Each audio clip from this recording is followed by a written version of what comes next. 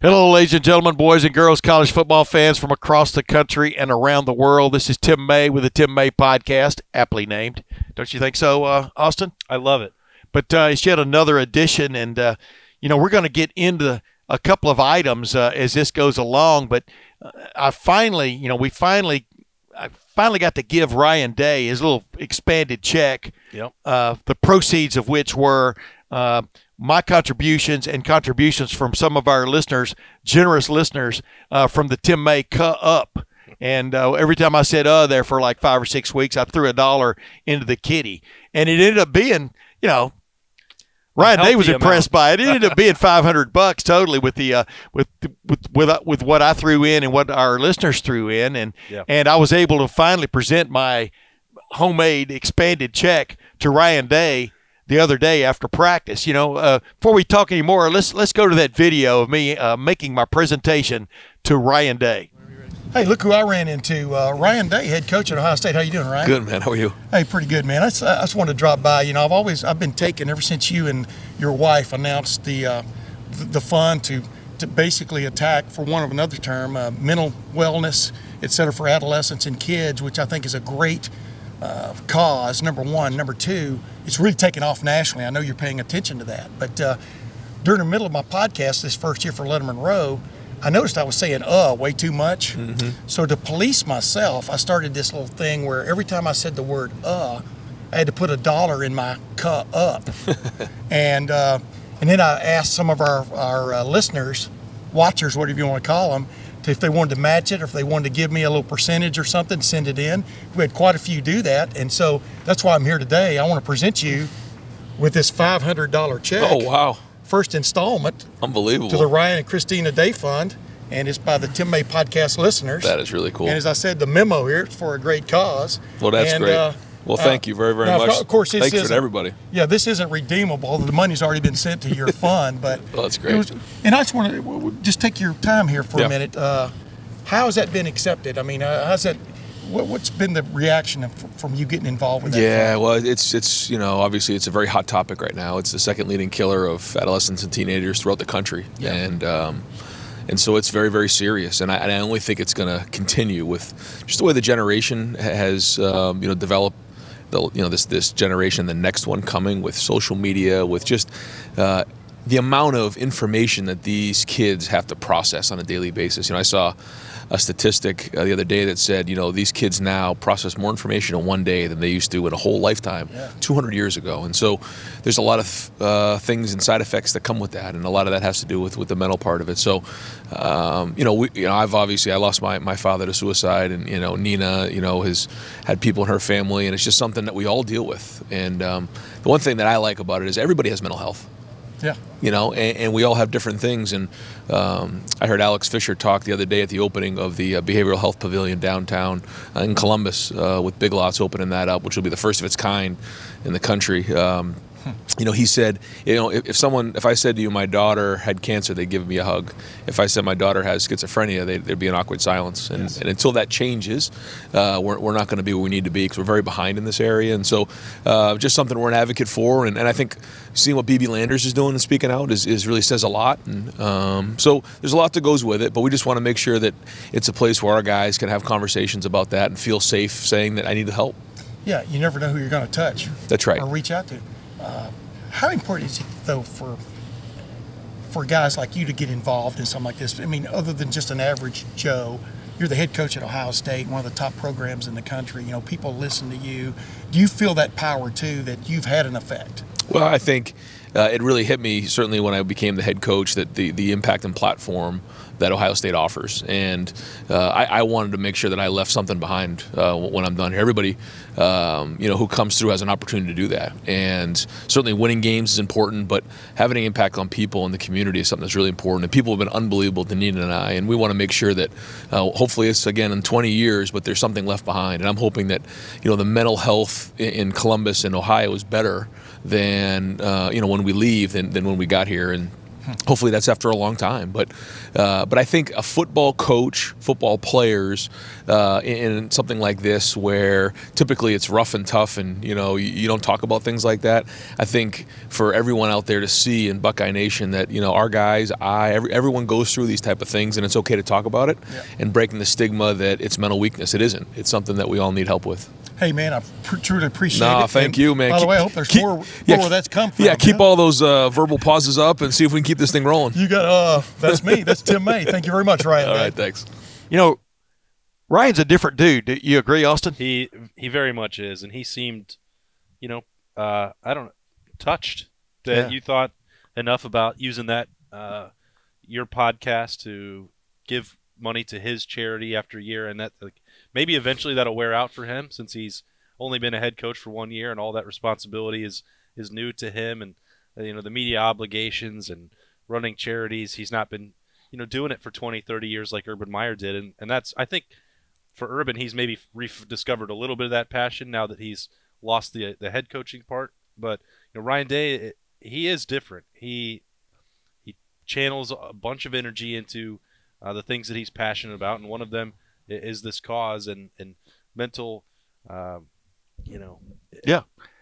health, basically. Mental health and wellness and children as well. Just because what he dealt with in his own life, and he, as he told you with Nina and her experiences, it's really cool. I mean, it's unfortunate that he has to be that invested in this particular cause. Yeah.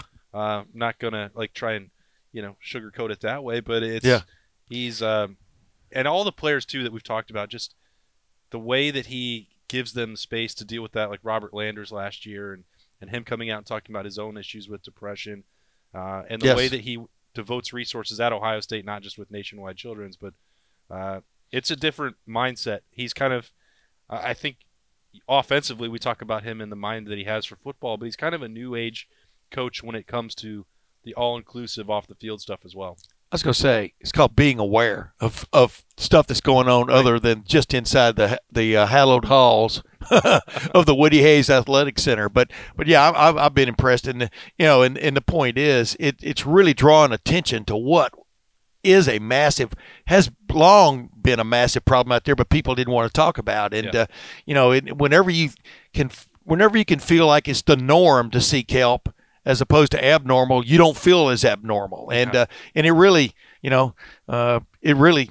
I just think it's a great cause, and that's why I wanted to make my cut up about it. I got to come up with another scheme maybe for this coming season, because it would bankrupt me. well, you set the bar high with $500 for year one. Ryan Day seemed genuinely appreciative of that.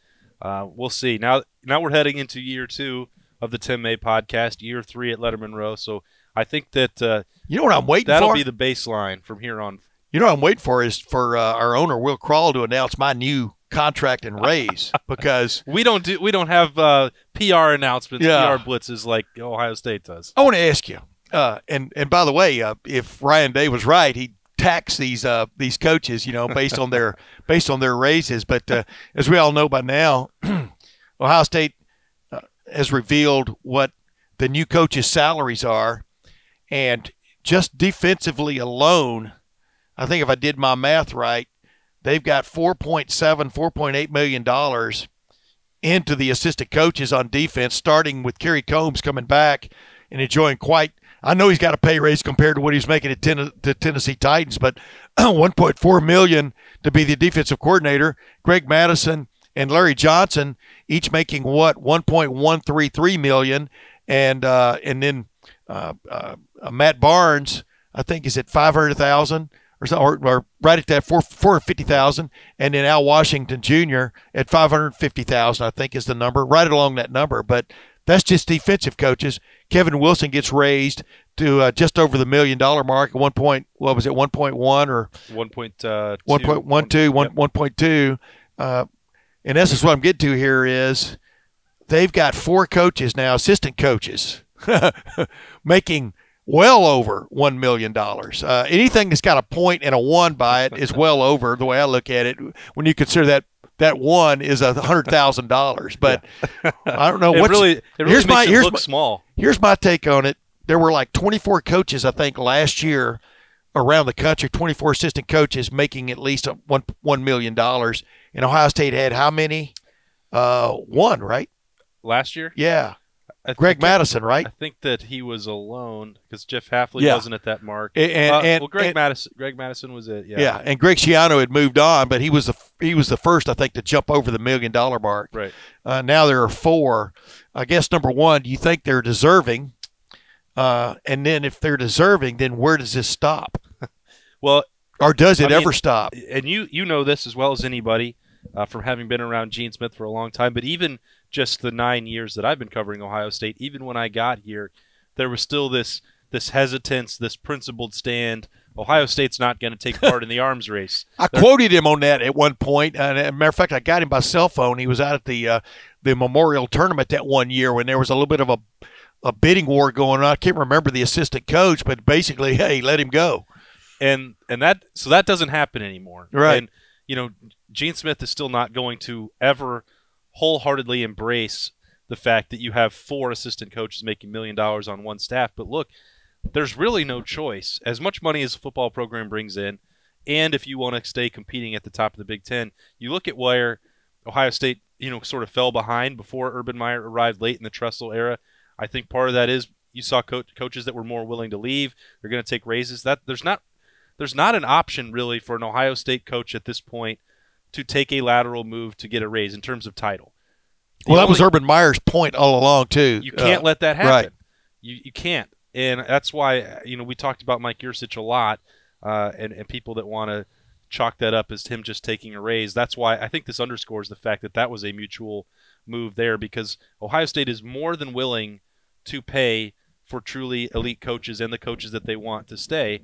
And having 4 of them now at the $1 million mark, when it was only 3 or 4 years ago when it was this grand unveiling of the first time Greg Schiano crosses the $1 million mark and then Ryan Day follows behind. That's what you have to pay.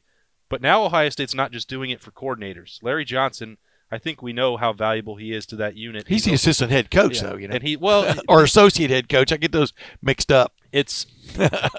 But his value to the overall defense, he doesn't have to call the plays. Everybody knows he's running his kingdom down there with the rushmen. No, let me interrupt you with something. I have no qualms with this from the standpoint of, I know that like Corey Dennis, for example, he's the lowest paid coach on the staff, the new quarterbacks coach. He's making $300,000. Bottom line is, last year's a quality control assistant, he might have been making what, 60 or 70 maybe? Yeah. I mean, but I remember when Urban Meyer was a GA at Ohio State, his first year, I don't even think he made his cost of living. No, well, Corey Dennis told us a really cool story on signing day about how, when he came in to be a graduate assistant, I mean, these guys do have to go to school when you're taking that role. Right. And he also had to pay for it. Right. So he had to pay Ohio State. He's coming in from out of state. Didn't have his residency yet as a member of that first family. So he's paying to go to school. He's not getting enough back from his stipend to be a GA to cover that. So he's basically paying his own way to get on the staff and be a coach and get that experience. So, when you finally become a full-time guy, that's a big deal, and you should be paid that way. But here's where I'm going with this. I have no qualms about guys making more money. I mean, that's the American way. Yeah. Although the stock market might show you something different this week. Even as we record this, I'm in the side of the room over here is a showing of the stock market doing its Stuka dive bomber impression here as this week starts. But I digress. But where do you go to where you just kind of like flaunting in the face that that players shouldn't share more of the largesse of college football? Because, one of those things is when you were talking about that Gene Smith quote, or the Gene Smith talking about not letting them go, not getting into this arms race, that was before the Big Ten network money really kicked in. Mm-hmm. Now the Big Ten network money gives them a lot of monopoly money. Heck, just the amount of money that coaches around the country are being paid not to coach, guys who've been fired in recent times, is mind-boggling. But when should the players, maybe the guys who really put it all on the line, when should they share more in the largesse?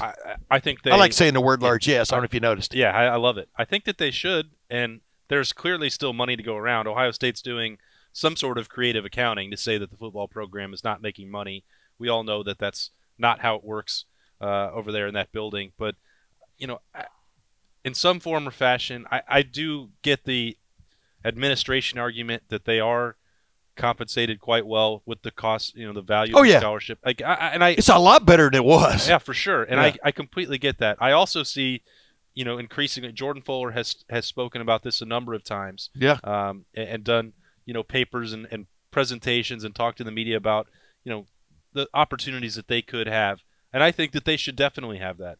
I think it does get tricky if you're talking about the school paying them as if they're employees, but I mean, I was paid by the school when I was writing for the newspaper, the Branding Iron at the University of Wyoming, so it's not like they can't do that and take taxes out, but I got paid by the Lantern, man. It does open good money, actually. It does open up all these other things that you have to monitor, and the taxable part of it comes into play, but that's way above my pay grade to determine it. Yeah. But you can't sit there with a straight face and say Ohio State's coaching staff is worth $8 million this year. They're in the top 3 in the nation. If nothing else changes, I think that's they'll be second or third.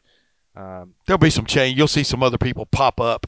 Right, but you just can't say that there's not enough money for them to go around, because they're making 30, 40, 50 million from the Big Ten Network in those deals. Whatever their Nike deal is currently, I don't even that's multi-millions every single what's year. interesting, though, is this year, I think this is going to be the first year where Rutgers and Maryland get a full share. And that's going to – I'm not sure the pie has gotten that much bigger. Well, it's about to. Yeah. But it hasn't. Yeah, I'm not we'll be interesting to watch the accounting as it goes along this year, at least for the Ohio State Athletic Department, because they've got a few projects going on, et cetera. They're building that huge new Ty Tucker tennis indoor facility. Ty Tucker tennis indoor facility. You need to come up with another T there. And different things that are going on there. They want to build a new, I think, a lacrosse stadium, dedicated lacrosse stadium, which the figures I heard, it's going to cost well more than the Astrodome did when it was first built. But that was 1960s. It's a little bit of inflation. That was 1960s dollars, but still, I mean, the Astrodome was $24 million. That's still a lot of money in my book, unless you're, into college football coaching. But I digress. But here's the thing, and we've got to talk about this before we move on, because I do want to get into Master Teague and the other running back situation. The thing about paying players that people don't see the forest for the trees, I do believe, is if you do get into a deal where everybody gets a certain amount extra over and above what they're getting now, the cost of going to, the cost of going to school, et cetera, stipend, it won't be 5 years later.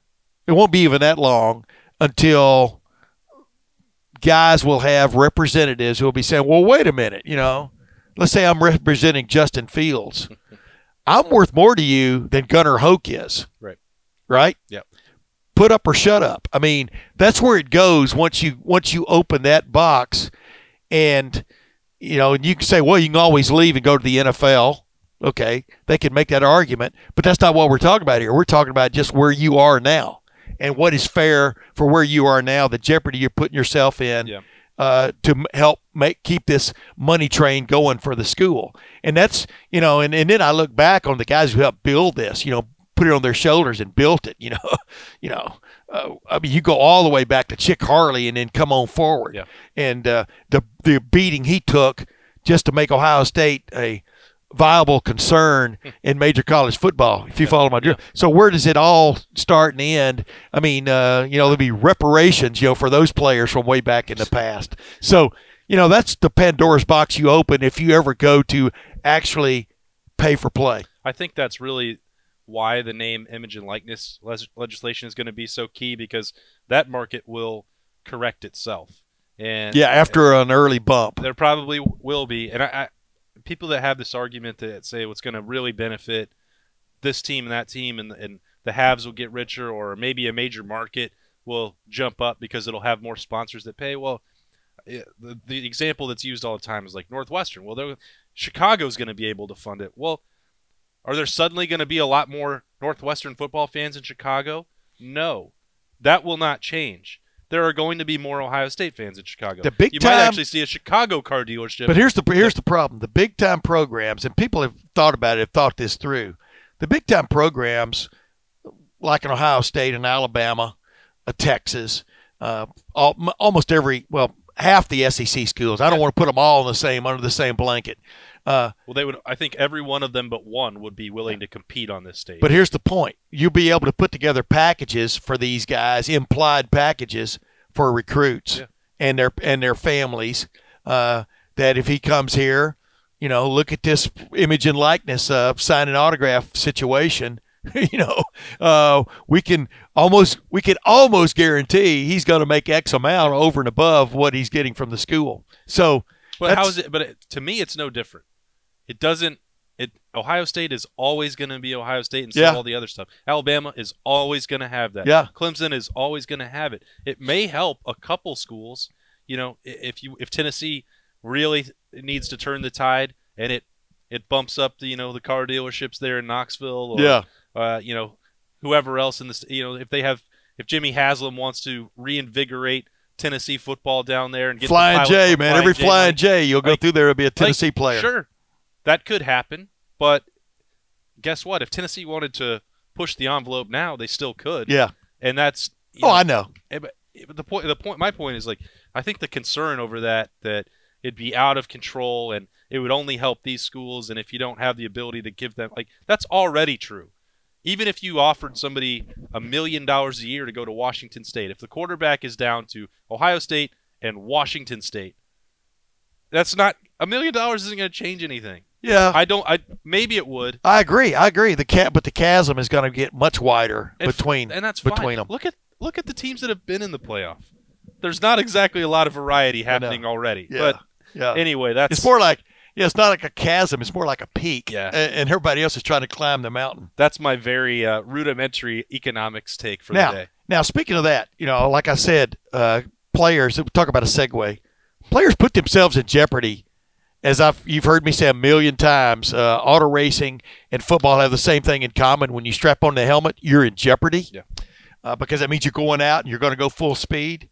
And we saw another example, like I was talking about, about players being whether they should share in the largesse. But here's Master Teague III, first day of spring football last week, and boom, his Achilles pops. Not even getting hit. Yeah, undergoes surgery, has already been repaired, the way I understand it, and is now on the comeback trail.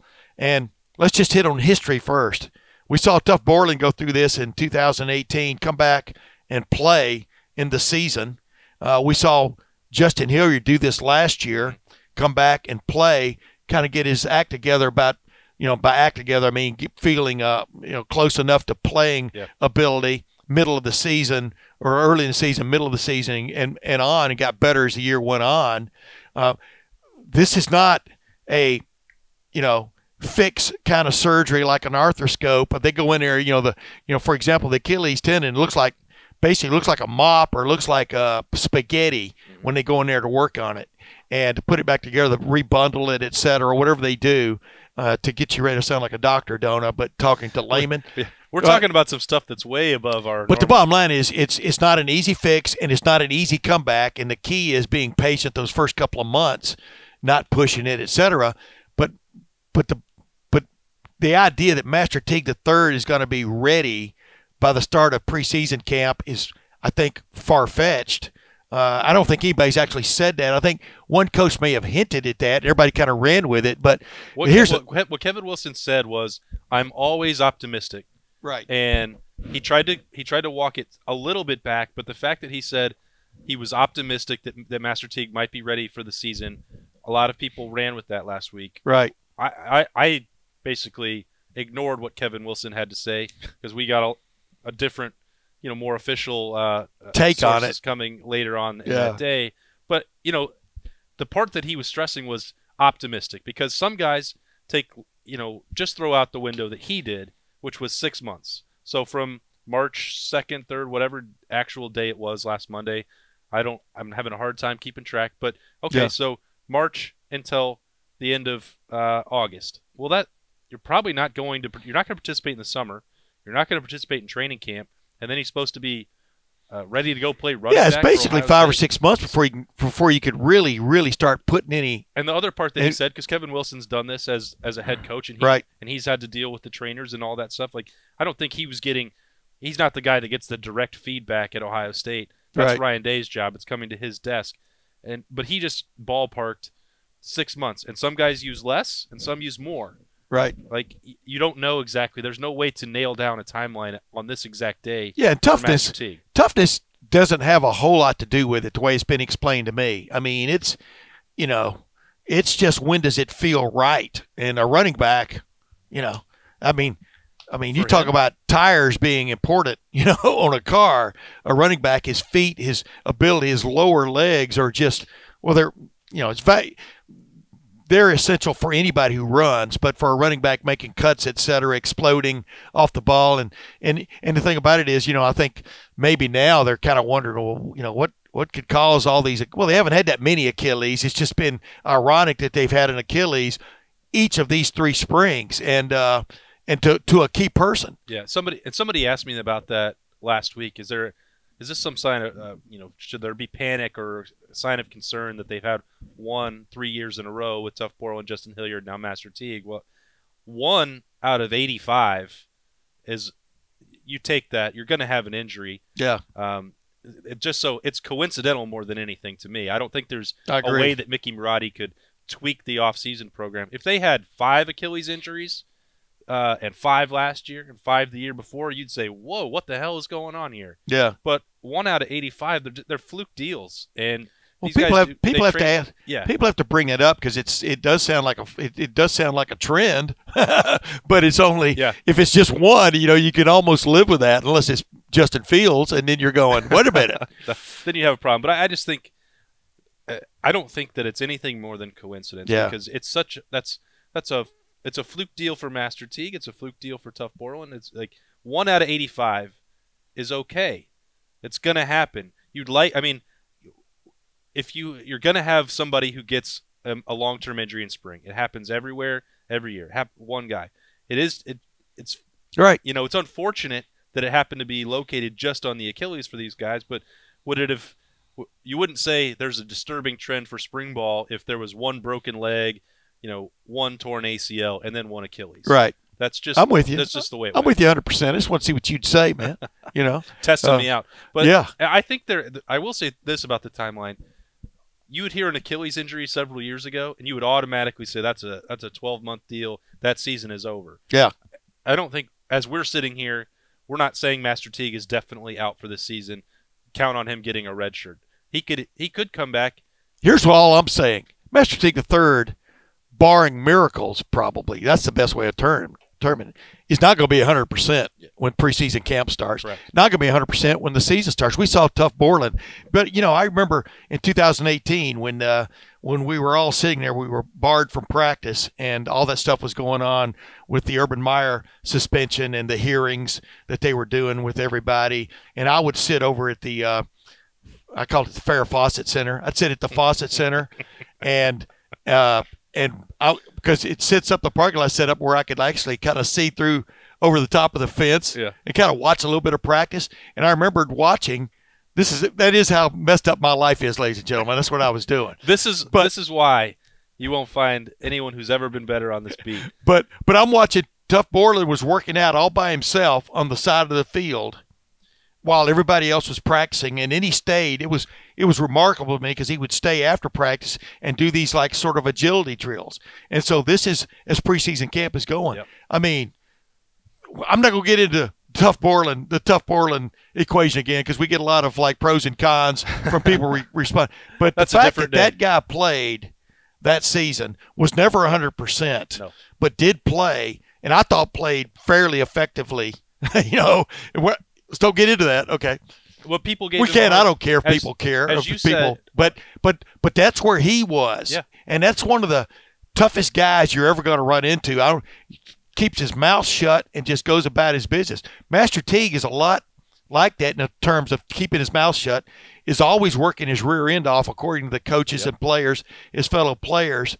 We'll see where he ends up when I'm peeking over the fence in August. What's Master Teague the third doing? You shouldn't have given away the spot that you use. Yeah. We're going to put a screen up. Here's what I always say about stuff like that. If you've been covering Ohio State football or something and you haven't discovered, then you're not really trying. You know what I mean? Those guys the guys who are always griping about things when they don't go wrong. That's why I like to stay off the interstates a lot, because when the road's blocked ahead on a regular road, you can make a U-turn or make a left-hand turn and go somewhere else, right? Yeah. And still get the job done. But we had a lot of challenges doing that in 20. But what I'll be interesting in peeking over the fence and seeing, so to speak, and they'll probably have big shrouds up there now. How's Marcus Crowley doing? There's the guy. He's coming back from a knee injury. Might have had a shoulder injury too, along with that. They may have touched up too when they were touching him up, but not getting to practice this spring. I think his re-rise is important. Steel Chambers, if he gets through spring okay, he's almost by default your number one guy, right, coming out of spring, unless they do make a move and get Demario McCall back there. It doesn't seem like that's where they're headed right now. They like his versatility at that hybrid back. But just what's your take on that? Well, I expected Demario to instantly go back to running back like I think many people did last week, and that didn't really happen from what we saw, at least of that Wednesday practice. He was still stretching and working with those wide receivers. Well, let me interrupt you, but here's the thing. This is what it's called a panic situation if you do that, because they want him to learn this new position. They think they're going to be okay at running back in the fall. So it's like he's got a lot to learn from where he is, and people don't understand that. He should know the running back playbook, running back plays at this point. Yeah. But go ahead. Yeah, and so and Kevin Wilson, this is what I addressed first of all with him, was not about the timeline for Teague, because I know he's not going to be there in the spring, and I know Crowley's not going to be there. So what does Ohio State want to do about the reps right now to be ready for the season? And because you cannot just give Steel Chambers every spring rep, right? Unless you want another guy on the shelf with injury from overwork. You can't do that. So I thought McCall would be an option there, and for some certain days he probably will be, as they tweak the way they call plays and the way that they practice. Another guy he named was one of your favorites from last season, Mitch Rossi, this walk-on who's done a lot. He's floated around. He's playing tight end and fullback. And can do some things as a blocker. Fullback. Well, Kevin Wilson used that. Just came out of your mouth. Kevin Wilson called him I know. And for him, he probably would be more of a fullback. You're not going to let. Thank God they're finally admitting that they use a fullback in this offense now, even though they don't have one. Kevin Wilson has always admitted that he likes the fullback. When you're shifting that tight end and he's standing. That's why he likes that 12 personnel, because it's not really two tight ends, it's a fullback and a tight end. When you're standing 2 yards away in the backfield from running back, you are a fullback. So but he said that, that's a guy in high school who played some running back. They could give him carries, and he knows the playbook. They can get through the year. And he also brought up Jalen Gill, who is another person that I've talked about a ton, and it didn't work out last year. But he played running back, and he can fill that role if they need to. Once you get to summer and Marcus Crowley is back, I think that he has the highest J.K. Dobbins type potential. I don't think he's ever going to run for 2,000 yards. I don't mean to make that. But I just mean the all-around game where he could catch passes out of the backfield. He's going to be able to handle every run that they need, and he's tough enough and willing enough to stand in there and pick up a couple blitzes. I think he does that potentially better than Master Teague, and that was going to be a fascinating competition between those two at the top. That's not going to happen now, but you still have to wait to see when exactly is Marcus Crowley healthy with that knee. They think it's going to be by August, and then he still has 20-plus practices at that point. Right. The other part that I think that I tried to remind last week, anytime that there was a show or when I wrote about it last week, Ohio State was not going to just have Master Teague be the sole focus of the rushing attack. Right. So when you're talking about a panic move with Demario, the reason they're not doing that is because Ohio State was always going to do several things. One, Justin Fields has to run more. He was going to do that. They have more security behind him at quarterback. He's healthy. He's got everything under his belt from a year in the system, and he's just too explosive not to use him. So that was going to happen. They have guys that they want to use more with those jet sweeps and the pop passes that they didn't do last year because they didn't need to because they had J.K. Dobbins. Right. So some of those touches they weren't all just going to go to Master Teague. They're not all going to go to Marcus Crowley if he's a starting running back or Steel Chambers.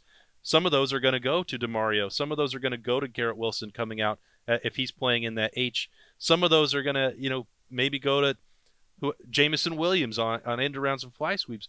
That part of the offense is going to come back more from 2018 to help the rushing attack.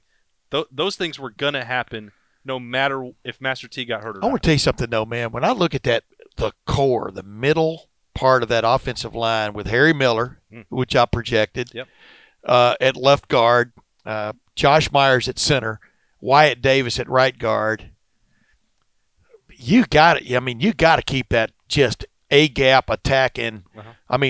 A-gap attacking is what you do defensively, but you could do it offensively too.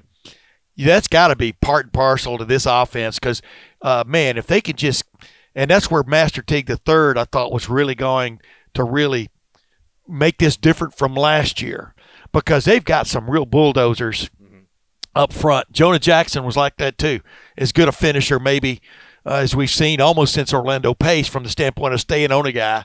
But, they're going to figure out a way to run a power running game because they've got the equipment up front to make it happen. Yeah. And so I am, even though you know me, my credo, if I was an offensive coach, would be when in doubt, air it out. That's always been my credo because the passing game has the least resistance if you can protect, But they've still got to stick with that because they've got all the wherewithal.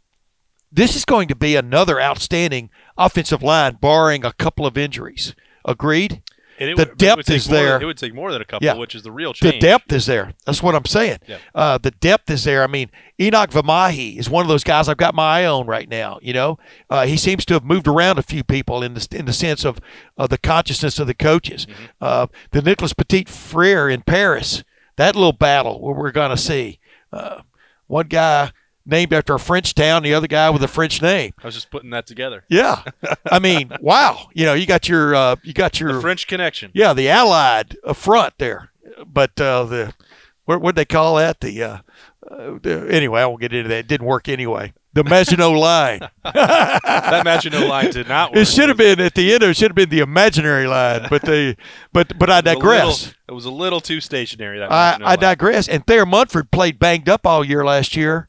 And he looks like the real deal again out there. Right. I know. See, I'm always looking at the linemen are the ones that set the tone. You've heard me say that a million times.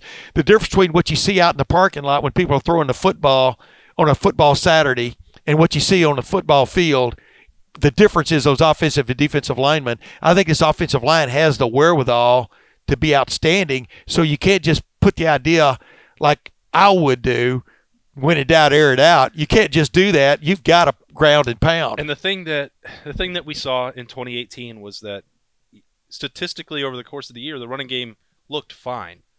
But we know in short yardage and red zone situations they weren't able to get the tough yards. So I think probably Ryan Day was part of that. He helped coordinated that offense, and they know.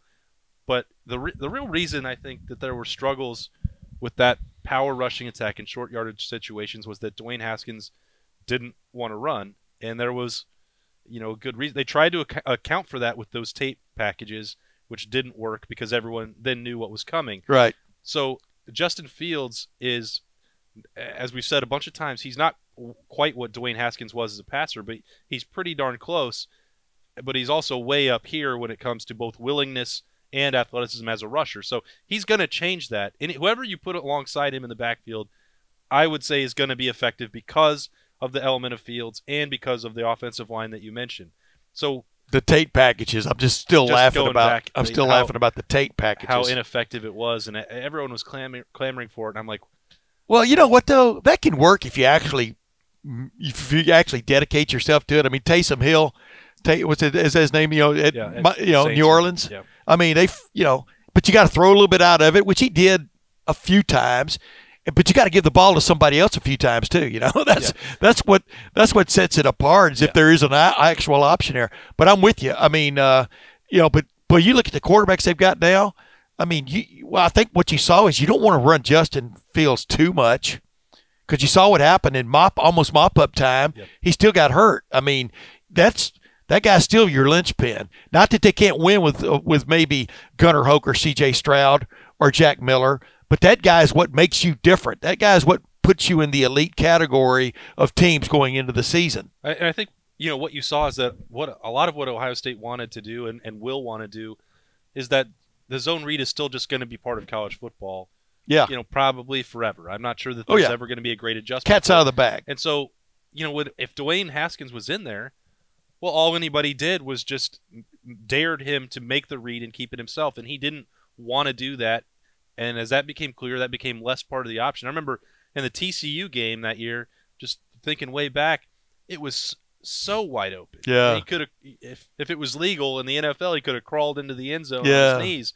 So that's pretty funny. He could have. That's not going to happen with Justin Fields in the backfield. No one is going to dare Justin Fields to keep the football and run away from them with his speed. Right.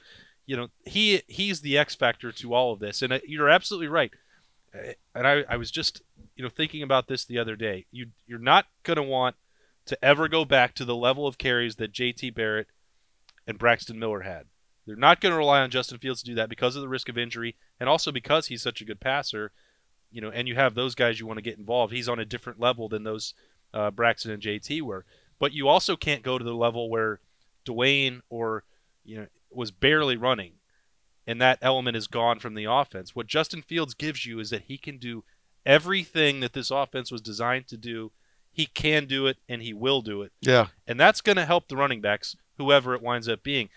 But to hit the panic on the ground game, I don't think there's any reason for that. Oh, I agree 150%. And I think they will have an effective running game as this season plays out. Yeah. But we're a long way from even the start of preseason camp. Well, we've only had 3 practices. Exactly. But it feels like 30 when you barely get to watch them, right? But they've got 3 practices out of 15 already in the books for spring. I mean, and one of those 15 is your spring game, or whatever they're going to call it this year. So, I mean, it moves quickly, man. And what I'm impressed by before we break up here, this is the way I would coach also is, and I think Ryan Day has this approach, it appears, every rep, and it seemed like Urban had this approach for the most part, you want every true rep to be full speed because that's the way the game is played. Mm-hmm. You see some teams out there and they kind of lollygag around and just, you want every – because that's – you want to simulate as close as possible the quarterback having to make his quick read and throw in here like right on time, etc., seeing things as they actually happen in real time. And that's more and more, I think, what you see. These practices are fairly short. I mean, 2.5 hours. But I think they pack a lot into them, especially these last many years. They seem to be very efficient in that regard. I can't remember if it was Kevin Wilson or Ryan Day or who it was, but they obviously want to teach. You have to install, you have to instruct, and that's not easy to do. And and I think I remember watching earlier in my career covering college football, you'd see that more on the field, and you're like, okay, well, this is where we're going to look. This is the read. Things you're would stop. Walking through it, yeah. Yeah. And that's not the way this team practices. They want you to be prepared in the meetings so that when you get on the field, you're getting the live reps, and that's the only way to really learn. Right. You're not going to get anything out of, well, if the linebacker goes here and if we get this coverage, like you need to see what that live bullets are like. And that's even when they don't have full pads on, those 2 hours and 15 minutes, 2 hours and 2.5 hours, when they're going, they're going. They're not stopping to point things out and walk from drill to drill. The time for that is in the meeting or if you have a walkthrough. Other live practices. These 15, they can't afford to waste that time, and they don't. Right. It's a great point you make. I mean, their practices are different. By the way, one other quick point I want to make. A couple of weeks ago, I was leaving the parking garage, and I was coming down, and you go down, and you make a left turn, and you keep going around and around like a mouse in a turning wheel. And I came in, and all of a sudden, there was somebody right in front of me. I'm talking about a person, 2 guys walking, and I had to hit the brakes. And you don't anticipate, and so I apologize profusely to one of the guys who ended up being really close to my bumper when I stopped. Yeah. And then I started thinking, why did I apologize? He's walking down the middle of the road in a parking garage. So you know how your first take on something, and then you think about it, and no, he should have been apologizing to me. So you are using your podcast to rescind your apology. I'm rescinding that apology from almost hitting somebody in the kind of like a Larry David thing, probably. But this is a Curb episode right now. I love it. But I mean, I was just going to keep thinking, why did I apologize? That guy put himself in jeopardy, and then boom, jeopardy showed up. Boy. But hey, that's the way it goes, man. Starting with you giving a check to charity and ending with you rescinding an apology. This is why it's the greatest podcast on the airwaves. All I'm saying is if you hear wheels squealing in a parking garage, step to the side. That's all I got to say. But, ladies and gentlemen, that's the end of yet another Tim May podcast. We'll be back next week. Ohio State had the week off this week for spring break. Spring break. I hope everybody wore a mask on those plane flights home, etc. Don't go back. You got certain spots like you didn't want to send G. Scott back to Seattle right now. No, right? Exactly. So we'll see. We'll kind of get a census on that. Next week, Austin. That'll be sort of our. We might not want an open practice if you know what I'm saying. And you talk about the spring game. I mean, that's Ohio State's going to have to think about that. Oh yeah. April 11th. You want. Whatever the capacity is going to be with whatever construction projects going on now, like 80, 70, 80, 90,000 people in the shoe in April. Do you want that right now? Well, how about March Madness? I mean, March Madness could really end up being March Madness if I think there are a lot of decisions that are going to be made by people in charge, so to speak. And, there's no more of this Kevin Bacon all as well. I mean, it's more of, hey, let's be cautious here, right? Yeah. I think Chives is nervous about some of those sites. I would be if I was Chives. I'd be nervous if I was Chives. There was no coronavirus. But hey, that's another podcast for another day. That's right. But until next week, this is Tim May with my buddy Boston. You know him as Austin Ward. We'll see you then. Thanks for watching. Subscribe below to get the latest videos from Lettermen Row. We got Letterman Live, we've got the practice report, we got rapid reaction. Hey, and we got Buckeye IQ with Zach Bourne. For sure. We got recruiting breakdowns with Berm. We got whatever you need. Ohio State football and Ohio State athletics, we've got you covered here at Lettermen Row.